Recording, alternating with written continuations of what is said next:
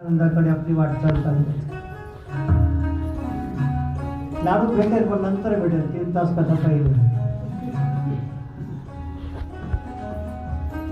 मग त्या लाडू मध्ये स्वाद सुद्धा येतो, त्याचा पण प्रसाद होते.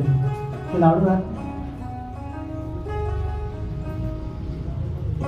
तर भोग विलासी कधी भगवंताकडे कसे वळतील याच्यासाठी सुद्धा भागवतामध्ये सुंदर सुंदर योजना आहे. वृषभदेवांनी आपल्या मुलांना 100 मुलांना अशीच त्या ठिकाणी वैभट केलं, सगळ्यांचं विधिविधान केलं, प्रजामध्ये बसून त्यांना उपदेश केला आणि स्वतः सगळ्याचा त्याग करून वनात निघून गेले. एका साधूने आपला देह कसा त्यागावा अशी एक इथे विधिविधान केले. अंगावरचे कपडे उडून गेले, दिगंबर अवस्थेमध्ये आहे. मळमूत्राचा त्याग होतोय पण तिथून सुगंध येतोय. अप्सरा देवांगणा सेवा करण्यासाठी येत आहे, तरी तिथे काही त्या भोगाशी त्यांना काही संबंध. तेरे फुलों से भी प्यार, तेरे कांटों से भी प्यार. असे दिव्य अवस्थेमध्ये त्यांनी तो देह सहज विसर्जन केलेला आहे. त्याच्यामध्ये जे शेवटचे भरत आहे ते पुलह आश्रमामध्ये राहू लागले आणि व्याघ्राच्या दिव्य गर्जनेने गरोदर असणारी ती हरणी प्रसूत झाली आणि ध्यान अवस्था सोडून साधना सोडून त्यांनी ते हरणाचं पिल्लू पाण्यातून बाहेर काढलं, त्याची सेवा शुश्रूषा सुरू केली आणि ती सेवा करता करता ते मोठं झालं आणि मोठं होऊन ते आणि मग जंगलात जाऊन कुठेतरी आहार झाला. त्याच्या चिंतनात हे भरत काय झाले भरत राजा हरणी गर्भ गेला. भरत राजा हरणी गर्भ गेला. भरत राजा हरणी गर्भ गेला. भरत राजा हरणी गर्भ गेला.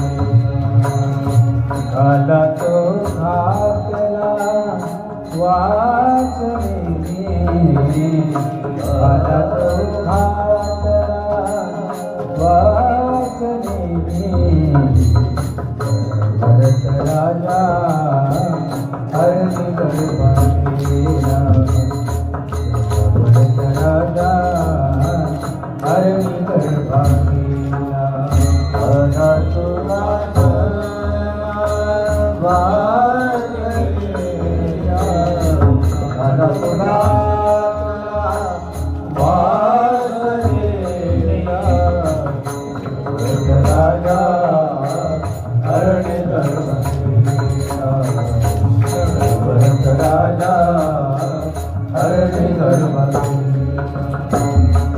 विठ्ठल माझा माझा माझा माझा माझा विठ्ठल माझा मी विठ्ठल.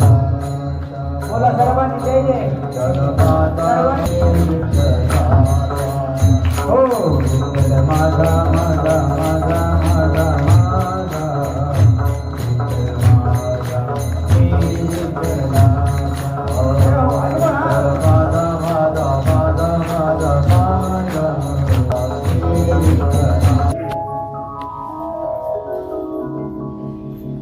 हरणाच्या योनीमध्ये आल्यावर सुद्धा पूर्वाश्रमात केलेली साधना आणि त्याचं जे काही फळ आहे ते फळ म्हणजे स्मृती. भगवद्गीतेमध्ये स्मृतीला खूप जोर दिलेला आहे. नष्टो मोह स्मृती. संपूर्ण भगवद्गीतेचा आधार आहे स्मृती. स्मृती भ्रंशा पण तत्प्रसादात मया चित.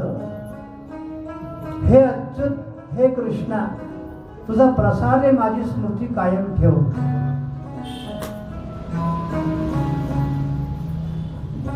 एक 80 वर्षाच्या म्हातारीने मला सांगितलं, ही माझ्या बहिणीची नात आहे म्हणाले. रिक्षातून उतरणारी त्या स्मृतीला नमस्कार आहे की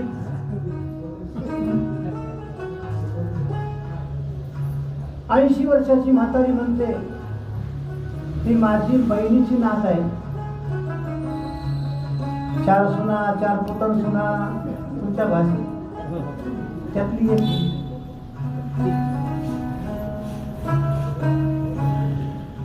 स्मृती वाढवा. काही ग्रंथ स्मृती ग्रंथ आहे. भरतजी महाराज हरण झाले पण उड्या मारत नाहीये. उड्या मारत नाही असं वाटतंय मला. नाही, त्या भरतजी महाराजांनी हरणाच्या रूपामध्ये आणि अशी काही स्मृती कायम ठेवली की हा देह ठेवायचाच नाही.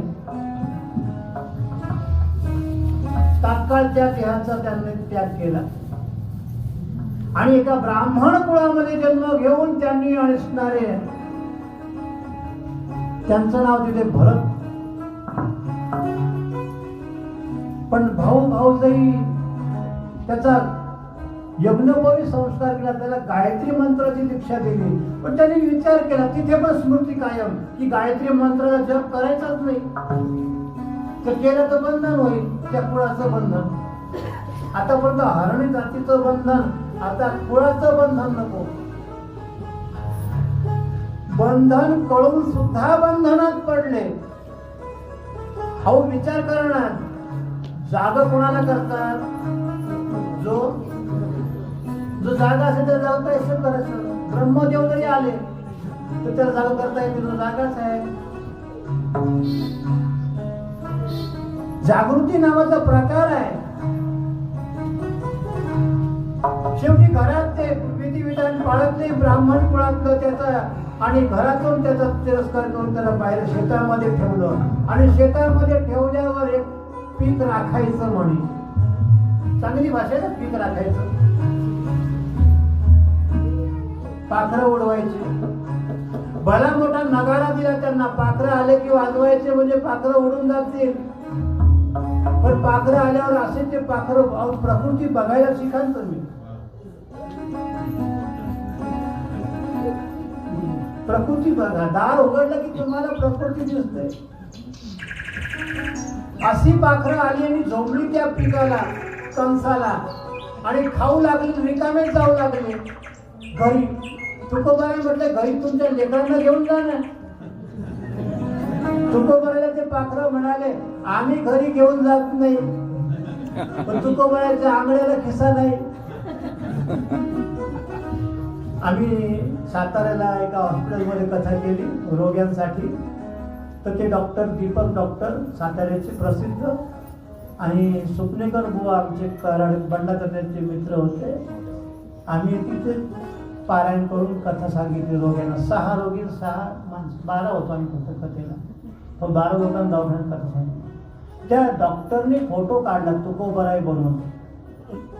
असा सुंदर फोटो निघाला तुकोबराई बनवून. फक्त एक चूक झाली, हातामध्ये राडू घड्याळ होतं.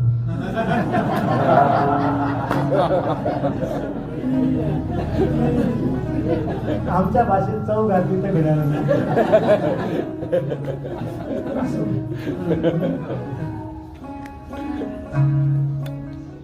मग ते नगारा वाजवला, आणि नगारा वाजून म्हणतात काय, आव्हान करतात, राम की चिडिया राम का खेत, खा लो चिडिया भर भर पेट. सगळे कंस सोपट झाले. सोपट म्हणजे एकही दाना त्याला नाही. पण घरचे सगळे आले, त्यांनी त्या जड नाव ठेवलं त्याचं. आता नाव काय झालं? जड. जड कळतं ना. आता यात कोणाला मी जड म्हणलं तर ते माझ्याकडे बघत परत. जड अंतरी पिशाच. अंतरी शाळा.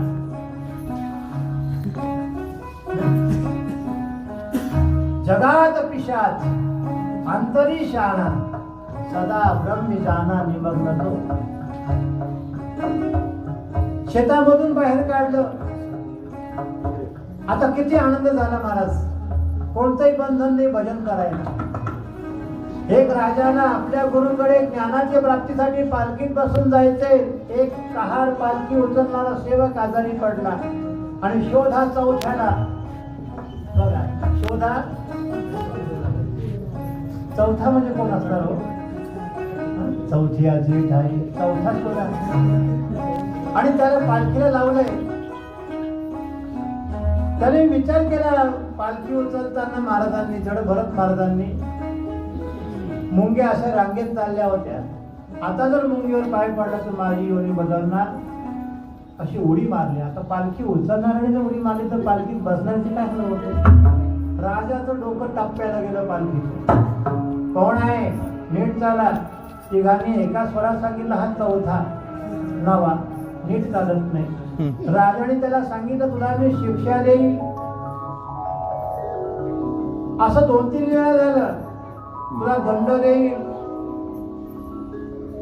शेवटी सरते एकदा अशी उडी मारली की खांद्याचं उपरणं बाजूला झालं आणि 3 सूत्राचं जानवं चमकलं. ज्या जानव्याला खाली ब्रह्मगाठ आहे.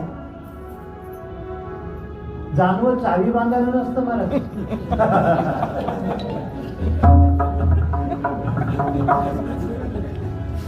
आता मुलं पण चावीच्या गोष्टी टाकतात पुढे.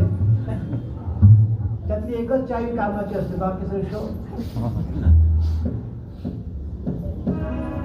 ते ब्रह्मगाठ आहे. 3 सूत्र आहे त्याला नवा जन्म होतोय. जानवं चमकलं आणि जानवं रघुगण राजाने पाहिलं. त्याच वेळी पालखी खाली ठेवा आणि साष्टांग प्रणिपात केला. कुठे चालले होते तुम्ही. गुरुकडे ज्ञानाच्या प्राप्ती. अशा रीतीने कोणीतरी महान आहे तिथे जिज्ञासा केली. रघुगण राजाला जडभरतजी महाराजांनी क्षेत्र आणि क्षेत्रज्ञाचं ज्ञान सांगितलं. जे भगवद्गीतेमध्ये सूत्रात्मक आहे आणि पंचमस्कंदामध्ये त्याचा विस्तार आहे. क्षेत्रनाम देह आणि क्षेत्रज्ञ ज्याच्या देहाचं ज्ञान ज्याला आहे. ते ज्ञान प्राप्त झाल्यावर मध्ये घटना घडली होती. भिल्ल राजाला उदंड आयुष्यासाठी देवीला बळी द्यायची होती. महाराजांचीच बळी होती. पण त्या देवीला महाराज कळाले.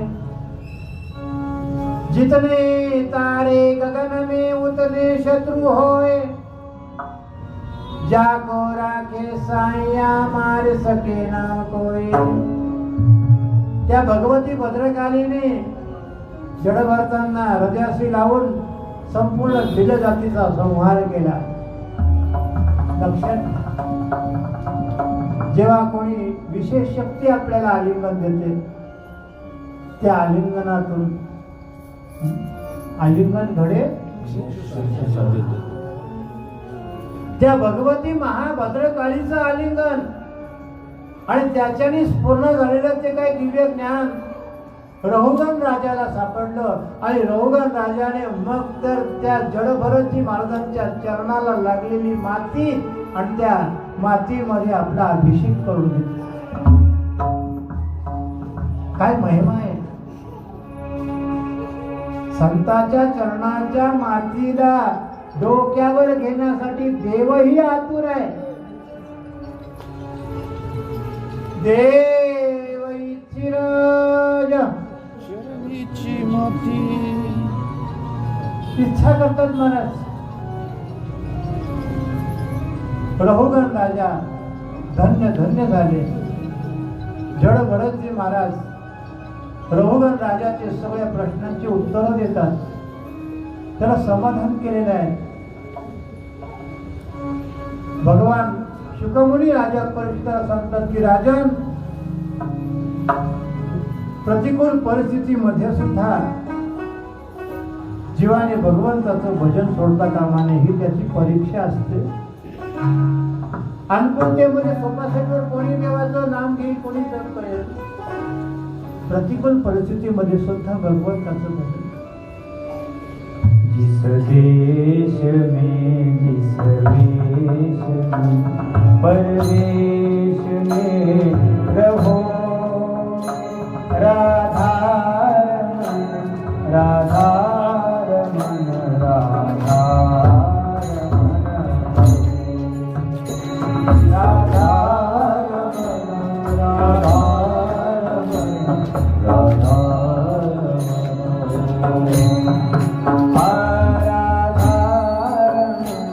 राधा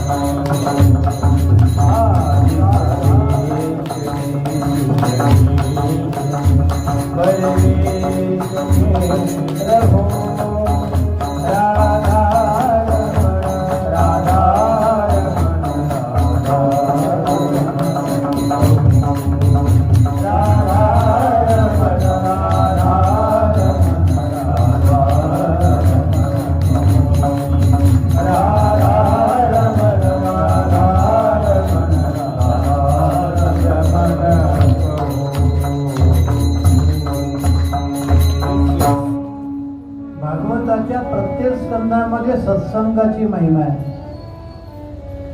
जरी रघुगण राजाला केलेला जडभरतांचा उपदेश असला तरी तो पहिल्या टप्प्यात सत्संग आहे. राजन, सत्संगाच्या शिवाय ज्ञानाची प्राप्ती होऊ शकत नाही. म्हणून सत्संग रोज करायला पाहिजे. संध्याकाळचं जेवण काहीतरी भगवत प्राप्तीची एखादी विधी करून आणि मग जेवायला पाहिजे. सत्संग म्हणा, हरिपाठ काहीतरी व्हायला पाहिजे. सामुदायिक काहीतरी क्रिया व्हायला. तू सत्संग में जाया कर, गीत प्रभु के गाया कर. तू सत्संग में जाया कर, गीत प्रभु के गाया. सांझ सवेरे बैठक बंदे हरि का ध्यान लगाया कर. सांझ सवेरे बैठक बंदे हरि का ध्यान लगाया कर. नहीं लगता कुछ मोल रे, माटी में ना रोज रे. नहीं लगता कुछ मोल रे, माटी में ना रोज रे. अब तो मिला है कभी नहीं कभी नहीं कभी नहीं. अब तो मिला है कभी नहीं कभी नहीं कभी नहीं. अब तो मिला है कभी नहीं कभी नहीं कभी नहीं. अब तो मिला है कभी नहीं कभी. मनुष्य जन्म अनमोल है, माटी में ना रोज है. मनुष्य जन्म अनमोल है, माटी में ना रोज है. अब तो मिला है कभी नहीं कभी नहीं कभी नहीं. अब तो मिला है कभी नहीं कभी नहीं कभी नहीं. अब तो मिला है कभी नहीं कभी नहीं. अब तो मिला है कभी नहीं कभी नहीं कभी नहीं. तू बुलबुल है पानी का, मत कर मान जवानी का.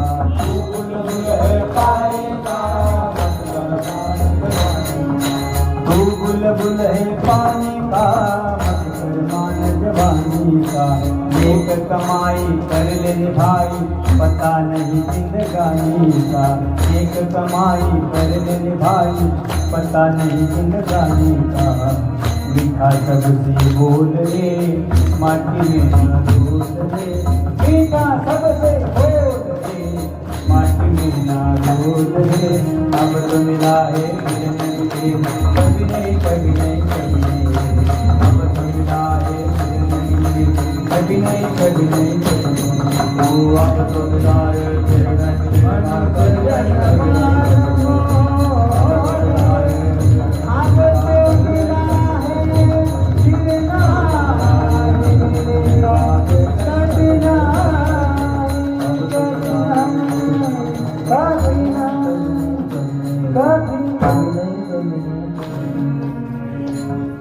भरतजी महाराज रघुगण राजाला भवाटवीचं वर्णन सांगतात. भव आटवी, संसारामध्ये गुंग झालेला प्राणी. संसाररूपी वनातून तो बाहेर निघू शकत नाही. जर बाहेर निघायचं असेल तर संतांच्या द्वारा सत्संगाची प्राप्ती झाल्याशिवाय तो बाहेर जाऊ शकत नाही. त्या सत्संगातून बाहेर जाण्यासाठी साधन काय भेटणार आहे? बिनु सतसंग विवेक न होई, राम कथा बिनु सुलभ न सोई.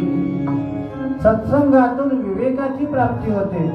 विवेक नावाचा पुत्र या बुद्धीला होतोय आणि तो विवेक नावाचा पुत्र जेव्हा बुद्धीला होईल तेव्हाच बुद्धी सन्मार्गावर नेईल. त्याशिवाय अन्यथा शरणम नास्ति त्वमेव शरणम मम तस्मात् कारुण्य भावेन रक्ष रक्ष महेश्वर. भवाटवी, इथून बाहेर जाता येईल तुम्हाला, तिथून घरी जाता येईल, पण आहे संसारातच. आणि यातून बाहेर जाण्यासाठी हरी वाया इरझार हरी खूप उपकार मानले महाराज. तुम्ही काही देऊ नका संतांना, किमान उपकार तर माना. काही देऊ नका. तिथे 1 रुपया ठेवणार, उद्या बोर्ड लावणार आहे. 1 रुपया इकडे ठेवू, फक्त 1 रुपया ठेवू नका.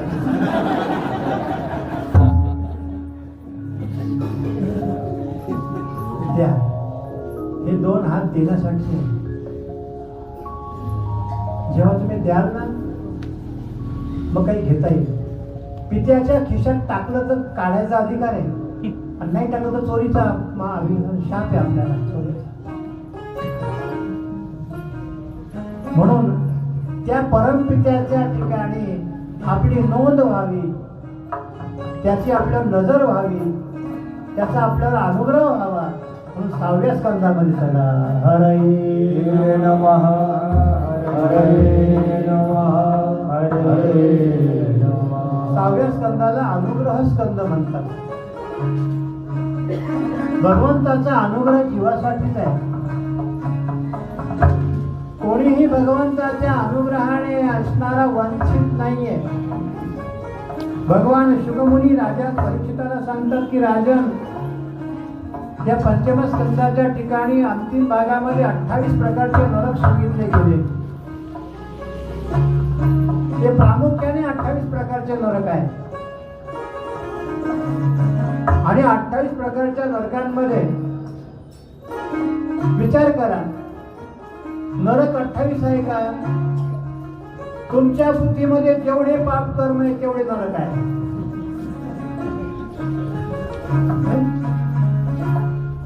पुण्यामध्ये जर ऑनरशिप मध्ये जर रूम भेटत असेल 1 BHK 2 BHK अजून काही असतील तर अजून आपल्याला एवढंच माहिती आहे. असे नरक सुद्धा 1 BHK 2 BHK तिथे पण सगळी सोय आहे. ते सगळे पाप कर्म आणि त्याच्या द्वारा नरक, त्या नरकाची यातना आणि राजा परीक्षिताला भीती वाटली. राजा परीक्षिताला सांगितलं, भगवंत हे नरक कुठे आहे? म्हणजे या पृथ्वीच्या दक्षिण पश्चिम कोपऱ्यामध्ये 99,000 योजन लांब नरक आहे. आणि त्या नरकाच्या मार्गावर हा जो पाप करणारा पापी जो आहे, यमाचा चाबूक पाहिला की डोळ्याची पापणी झपकायच्या आतच तेवढं अंतर पार पाडतोय. ही यमयातना आहे. पण कधी कधी तुम्हाला असं वाटतं हे 10 किलोमीटर तासाला, 20 किलोमीटर तासाला चांगली गोष्ट. या स्पीडने किती माणसं खाल्ली. नरक आहे महाराज.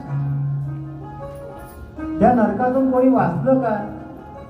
काही तुमच्याकडे साधन आहे की नारकी योनी बाजूला होईल आणि सदी योनी? हो म्हणाले. 6व्या स्कंदामध्ये अजामिलाचं चरित्र आहे का म्हणाले. कोणाचं चरित्र? मातृपितृ भक्त असणारा, ब्राह्मण कुळामध्ये आज्ञाधारक, देव पूजासाठी पुष्प आणण्यासाठी बागेत गेला. हातामध्ये पुष्पाची टोपली आहे, देवपूजा करायची आहे. पण वाटेतच त्याने एक दृश्य पाहिलं. एक परस्त्री एका पुरुषाला आलिंगन देते. भागवतामध्ये अनेक वेळा आलेला आहे. कान आणि डोळे दोन्ही सांभाळा. हे 2 इंद्रिय सांभाळले की बाकी सगळे त्याच्या मागे सुधारितच आहे. कान सुधारा कथेने, डोळे सुधारा कृष्ण दर्शनाला आलसा. मृदू सुस्वरम राजन कृष्ण दर्शनाला आलसा. अजामिलाच्या हातातून ती फुलाची टोपली खाली पडली आणि त्या स्त्रीच्या घरी तो 11 मुलं होईपर्यंत राहिला. पाप करण्याचा अतिरेक झाला म्हणत. नव्हे ती एकदा गरोदर होती आणि तो काही बाहेर गेला होता. तेवढ्यात काही संत मंडळी आली आणि तिथे त्यांना भिक्षा मागण्याची इच्छा झाली. तेव्हा त्या स्त्रीने सांगितलं, मी अपवित्र आहे, बाजारू आहे, आमचं अन्न तुम्हाला चालणार नाही. तिच्या एवढ्या सदव्यवहाराने महात्म्यांना एवढी दया आली. त्या महात्म्याने सांगितलं, येणाऱ्या मुलाचं नाव नारायण ठेवा. तिने विचारलं, बाबा तुम्हाला काय सुख? तर तो आमचा स्वामी आहे, आम्ही त्याचा प्रचार करू जातो, आम्हाला हे सुख आहे, वाढावया सुख, नारायण ठेवा. अजामिल आले. अजामिलाने त्या महात्म्यांना सांगितलं, तुम्हाला आणि मी अजून काही दिलं नाही.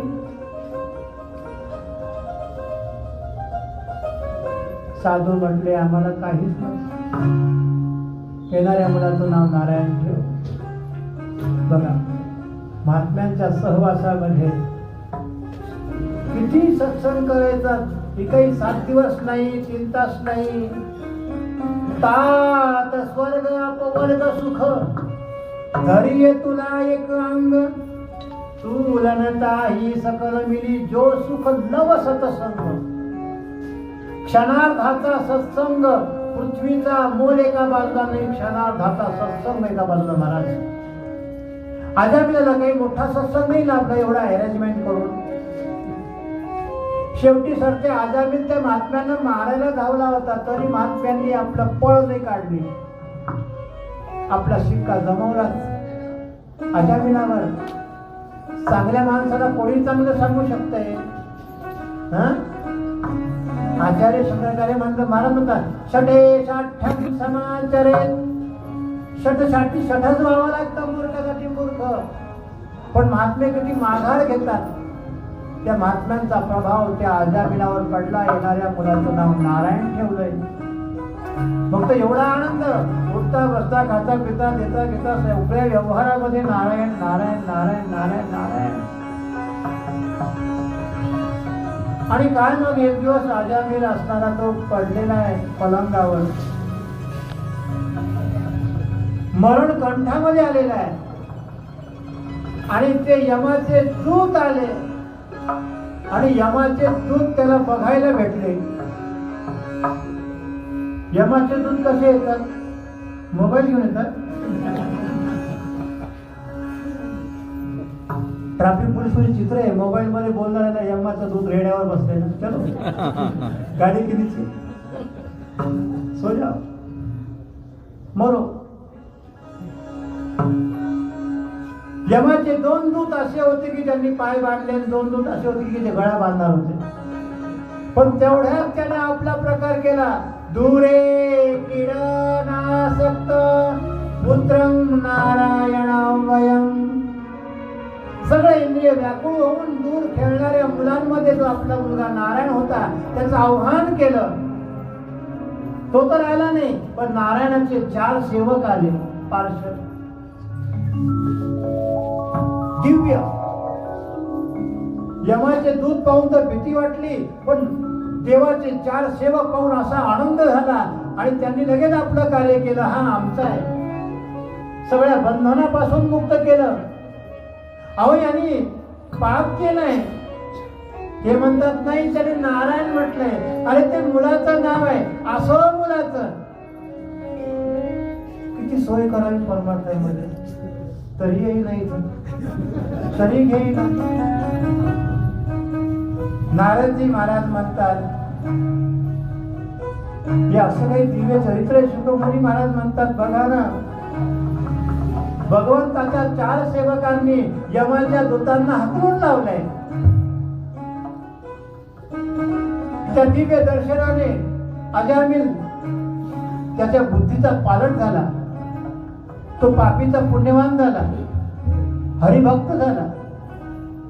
आणि एवढंच काय झालं, ते 4 निघून गेले. आणि 4 निघून गेल्यावर अजामिलाने विचार केला, आता मुलाचं नाव नाही, आता खरोखर भगवंत.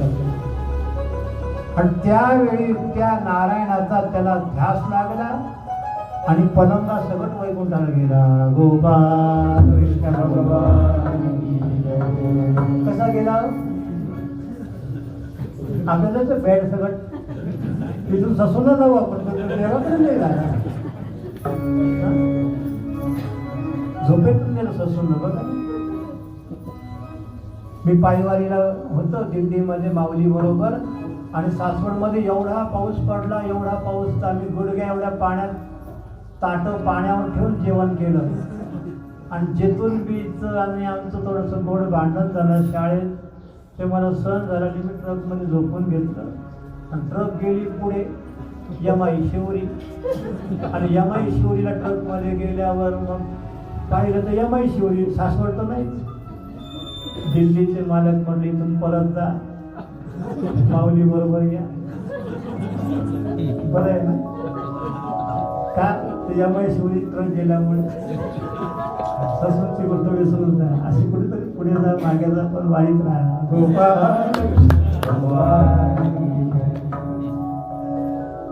अशी गोड अनुभव आहे. अजामिलाचा उद्धार झाला मला. राजा परीक्षिताची भगवंताच्या नामावर श्रद्धा झाली. राजाचा मोक्ष निश्चित आहे. मोक्ष त्याच वेळी झाला तेव्हा शुकमुनी दर्शन दिलंय. पण श्रद्धा नामावर बसली. काही मुक्तिक न्याय आहे. रागाने पेरा साळ कळते तुम्हाला, रागाने पेरा, प्रेमाने पेरा, तर ते उगतंय ना. असं भगवंताचं नाम आहे महाराज. रीज भजे की खीज. रीज म्हणजे रागाने, रीज म्हणजे आनंदाने, खीज म्हणजे रागाने. कसं आहे ते आपला प्रभाव दाखवणार आहे. लक्षात घ्या. अहो, घडिका नावाची ती वेश्या, तिने पोपट महिना सारिका पिंजऱ्यामध्ये आणल्या. सदेह तुम्हाला सांगतो मी. आणि त्यांना असे गोड गोड भजन शिकवले. सीताराम सीताराम सीताराम सीताराम. वेश्येच्या दारावरचे पोपट म्हणतात सीताराम सीताराम सीताराम. वेश्या काही आजीवन तशी ताजी तवानी राहणार आहे का? ताजी तवानी कळते तुम्हाला. ती वयोवृद्ध झाली, आता तिला पलंगावर उठता येईना. शेवटी तिने पलंगावर झोपल्या झोपल्या एक चांगलं काम केलं. तो बाहेरचा पिंजरा छातीवर घेतला. तिला बोलता येईना. ती पिंजरा अशी हलवायची, तेव्हा पोपट म्हणजे सीताराम सीताराम, पुन्हा हलवायची, सीताराम सीताराम, पुन्हा हलवायची, सीताराम सीताराम. असं करता करता तिचा प्राण सुटला नाही. प्राण कंठात असताना ती सदैव वैकुंठाला पिंजरा सगळं गेली. तुम्ही पण सदैव जाऊ शकता. इच्छा असेल एग्रीमेंट करायचं तर करून घ्या. 3 दिवस आहे मी इथे. फक्त काय तुम्हाला करायचं, सदैव जाऊ शकतात. तुकोबरा विमानात गेले, काही लोकांना आम्ही शंका खाल्ली आहे, गेले गेले काय माहिती. पण मी सांगतो तुकोबरा एक कापसापेक्षा हलके झाले, सहज गेले. पिंजलेला कापूस कसा उडतो असे तुकोबरा गेले. आकारोनी वाट पाहे पटपट सोसे. काही नाही तुकोबाराने विचारलं, अहो तुम्ही वेडे, त्याला तुमचं वेड आहे का? हो म्हणाले. तुका म्हणे येथे पिसे तेथे तैसे असेल, तिथे पण त्याला माझं वेड असणार, त्याशिवाय आमचा संबंध पक्का नाही. अहो आपल्या दळणाच्या डब्यावर नाव आहे. तुकोबारा एक गोड उदाहरण देतात. जे बांगडे महाराजांच्याकडे आल्यावर मी बोलका झालोय. पुढचं मधलं उदाहरण आहे तुम्हाला. दळी कांडी लोकायसे परी ते ठाई मी नसे. मी दळणवळण तुमच्या सारखंच करतोय, पण तिथे तुम्ही असता डब्यावर नाव, पण इथे मी नाहीये, मी तिथे आहे. ते सदैव जाण्याच्या या सगळ्या भावभूमिका माहीत करून घ्या. खूप बाल स्वभाव स्वीकारा. अजामिलाचा उद्धार झाला. नारायण कवचाची दीक्षा इंद्रासाठी केली. वृत्रासुराने इंद्राला सांगितलं, इंद्रा अरे युद्धाच्या क्षेत्रामध्ये तुझ्या हातामध्ये जे वज्र आहे त्याचा माझ्यावर प्रहार कर. इंद्राने वज्राचा प्रहार आणि वृत्रासुरावर करणार, तेव्हा वृत्रासुराने भगवंताची प्रार्थना केली. खूप गोड प्रार्थना आहे मला. त्याला 4 उदाहरण सांगितले. पहिलं उदाहरण सांगितलंय, घरट्यातले पिल्ल आई दूर चारा आणायला गेलेली आहे. ते संध्याकाळी चोच बाहेर काढून, कवळ्या कवळ्या चोची आहे ते बाहेर काढतात. डोळे फुटले की नाही आईची वाट बघतात, कधी येईल कधी येईल असा मी तुझी वाट पाहते देवा. दुसरं उदाहरण दिलं, एक पती धन कमावण्यासाठी बाहेर गेला, ती स्त्री विरहिणी त्या पतीची वाट पाहते, असे मी तुझी वाट पाहत आहे. तिसरं उदाहरण दिलं, एक गाय चरण्यासाठी हिरव्या डोंगरावर गेली, सायंकाळ जावी येत नाही, कोट्यावर बसलेलं वासरू त्या ठिकाणी वाट पाहत आहे. अशी भक्त हृदयाने वृत्रासुराने खूप सुंदर स्तुती केली महाराज. ते वृत्रासुर कोण होता? अंबिका वनामध्ये देवा भगवान शंकराने पार्वतीला मांडीवर घेऊन आणि त्या ठिकाणी आनंद भोगत होते. तेव्हा तो हा चित्रगुप्त नावाचा दैत्य गंधर्व त्याने भगवंताला सांगितलं, अरे तू ज्ञान सांगतोय जगाला, तिला मांडीवर बसवतो. त्याला दैत्य होण्याचा शाप दिला, लक्षात घ्या. पण त्याची ती पूर्व आश्रमात केलेली भक्ती कायम राहिली, म्हणून ही स्तुती करता त्याला आली. अशा या 6व्या स्कंदामध्ये आणि भगवत प्राप्तीचे विधिविधान. 7व्या स्कंदामध्ये प्रवेश आपण उद्या करणार आहोत. जरी नरसिंह अवतार संध्याकाळी होतो, पण देवाला माफी मागून उद्या त्यांचं आव्हान करूया. गोपाल कृष्ण भगवान. 7म 8म 9म 10म कृष्ण जन्म उद्या होणार आहे. हे काळे निळे कपडे घालायचे नाही, पिवळे धम लाल लाल आणि पिवळे. तुम्ही ठरवून घ्या मग किती लाल कपडे नसायचे, किती लाल पिवळे. पुरुषांनी सुद्धा थोडंसं व्यवस्थित. देवाला वाटले मास्क बांधले, कोण आले काय माहिती. सगळ्या सोयीने सज्ज होऊन उद्या आपल्या कथेचा देव परमदेव आपल्या कथेमध्ये प्रगट होणार आहे. एंट्री रजिस्टर घेऊन येणारे, सही करणारे, कोण कोण हजेरी लावणारे. उद्यापासून कृष्ण कथांचा असणारा भोग आपण भोगणारे, त्याचं नाव राजभोग आहे. सज्ज व्हा. या स्थळावर ही सगळी उपलब्धी आपल्याला सहज झालेली आहे. श्रावण महिना आहे. बसायला जागा जरी कमी असली तरी असे लागून बसा की कोणी आपल्या सोयऱ्यात जवळ बसलेला आहे. मन मोठं करावे आणि कृष्ण कथेला जागा द्या. जय जय राधा